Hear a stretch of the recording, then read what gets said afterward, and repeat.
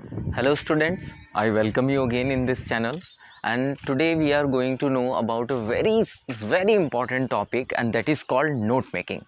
Student ये जो topic है ये बड़ा ही आसान है, लेकिन बच्चे जो भी स्टूडेंट्स होते हैं वो कंफ्यूज हो जाते हैं इस टॉपिक को लेकर के और एग्ज़ाम में गलती कर बैठते हैं, लेकिन हमको ऐसा नहीं करना।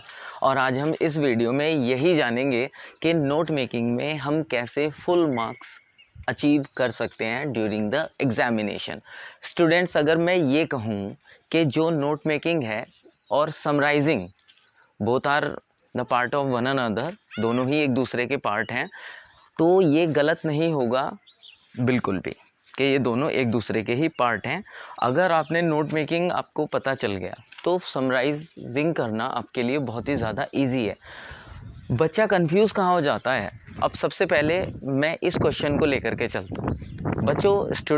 बच्चा कंफ्यूज होता है नोट मेकिंग में उस वक्त जब स्टूडेंट्स को ये बताया जाता है कि बेटे जब आपका पैसेज आएगा एग्ज़ाम में या कहीं पर भी, तो उस वक्त आपको सबसे पहले अपने पैसेज को अच्छे से पढ़ना है। पढ़ने के बाद में आपको एक उस पैसेज को टाइटल देना है। टाइटल देने के बाद में आपको हेडिंग देनी है, फिर सब हेडिंग, फिर सब हेडिंग, फिर पॉइंट 1, पॉइंट 2, पॉइंट 3, पॉइंट 4, फिर सेकंड में भी ऐसे ही करना है। अब सबसे बड़ी प्रॉब्लम ये है कि हमारे यहाँ पर बहुत सारे स्टूडेंट्स ऐसे भी होते हैं जिनको ये नहीं पता, जो ये नहीं समझ पाते कि क्या हेडिंग, सब हेडिंग, पॉइंट, टाइटल, फॉर्मेट क्या क्या बोल क्या दिया टीचर ने, वो परेशान हो जाते हैं। अगर हम इसको एक सिंपल से उसमें समझने की कोशिश करें, सिंपल लैंग्वेज में समझने की कोशिश करें, तो स्टूडेंट्स मैं आपको ये बताना चाहूँगा कि मान लीजिए एक एग्जांपल से पहले इसको रिलेट करिए और समझिए, जिससे आपको आसान हो जाए। आप जस्ट टेक एन एग्जांपल कि that you are going to a book fair. आप एक बुक फेयर में जा रहे हैं and there is a lot of books और वहाँ पर बहुत सारी बुक्स हैं। सो जस्ट इमेजिन करिए कि आप वहाँ पर जो भी बुक लोगे, आप केवल अपनी ज़रूरत की ही बुक लोगे ना। जो अननेसेसरी बुक है, जो आपकी ज़रूरत की नहीं है, आप उसको नहीं लोगे। सिंपल एज दैट है।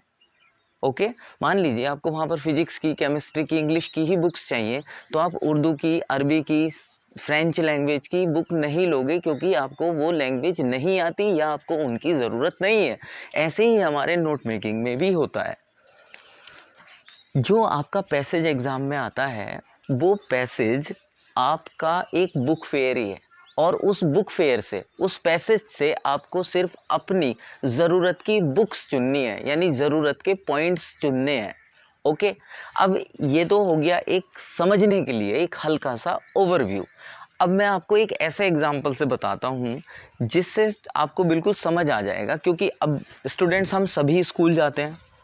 ओके, स्कूल में जाते हैं तो हम सभी अपने अपने स्कूल से अच्छे से फेमिलियर हैं कि हमारे स्कूल कैसा है, उसकी क्या फैसिलिटीज़ हैं, स्टाफ स्ट्रेंथ कितनी है, स्टूडेंट स्ट्रेंथ कितनी है, वहाँ पर कौन कौन से इवेंट्स ऑर्गेनाइज कराए जाते हैं, like this. Okay, so just think in your mind, अपने दिमाग में सोचिए, अपने माइंड में अपने स्कूल की तस्वीर को लेकर के आइए, अपने स्कूल के बारे में सोचिए और स्कूल के बारे में सोचिए और अब एक नोट बनाइए। अब means you are thinking about your school, means you have a passage related to your school. So first of all you have to given a title. आपको एक अब टाइटल देना होगा। किसको देना होगा? आपको टाइटल देना होगा अपने नोट मेकिंग को, मीन्स अपने नोट्स को। जब आप अपने स्कूल के बारे में सोच रहे हैं तो टाइटल क्या होगा सुटेबल?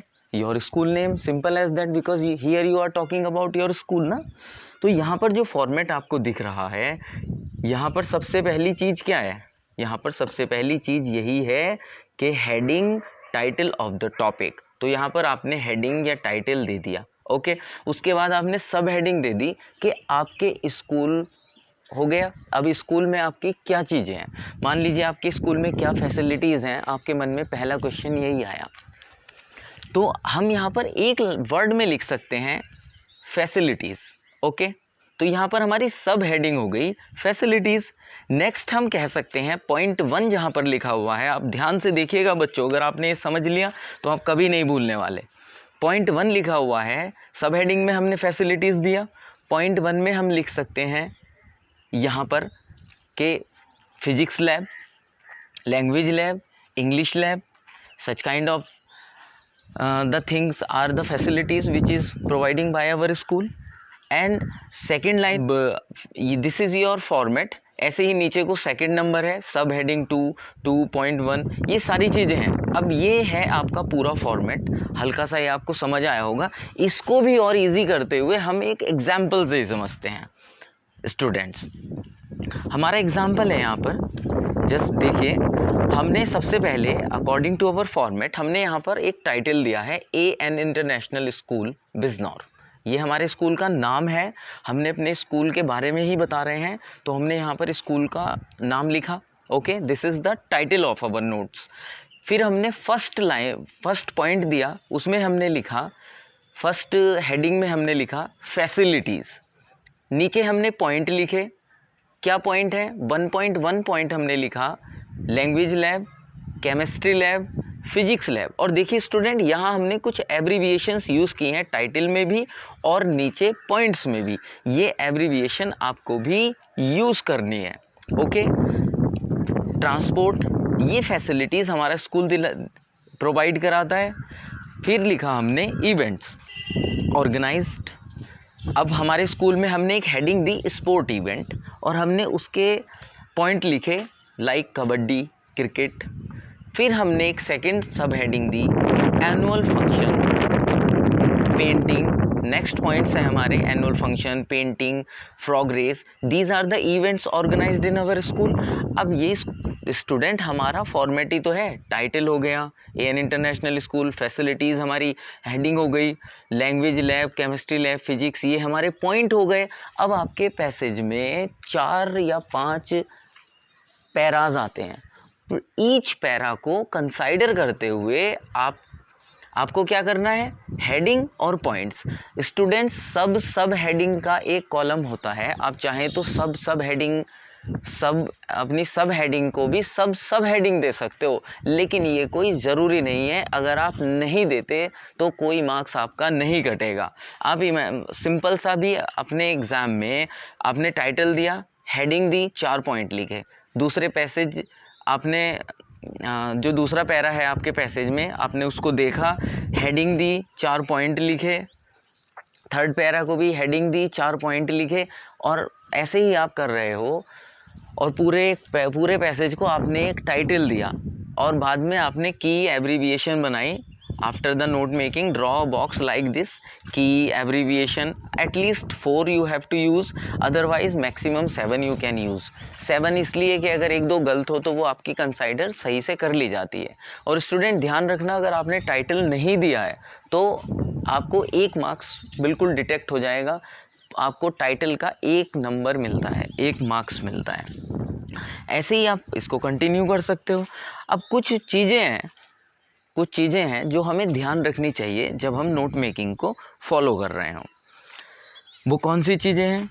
लाइक सबसे पहले अपने पैसेज को ध्यान से पढ़िए, ओके, एंड साथ ही साथ उसको अंडरलाइन करते चले जाइए, okay.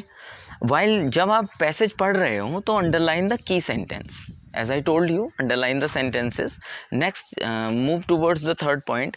Make a rough note of the main points and give them a logical sequence. ये स्टूडेंट एक कहने के लिए है, लेकिन during the exam I think it doesn't require. Okay, use any format you like, and the format which I told you, this is the best one. There are too many kind of formats. By using them you can make your notes, but okay. Next move, हमेशा ध्यान रखना है, avoid करना है आपको कि avoid the use of a full and complete sentence. Do not lift portion of the passage to form notes, okay.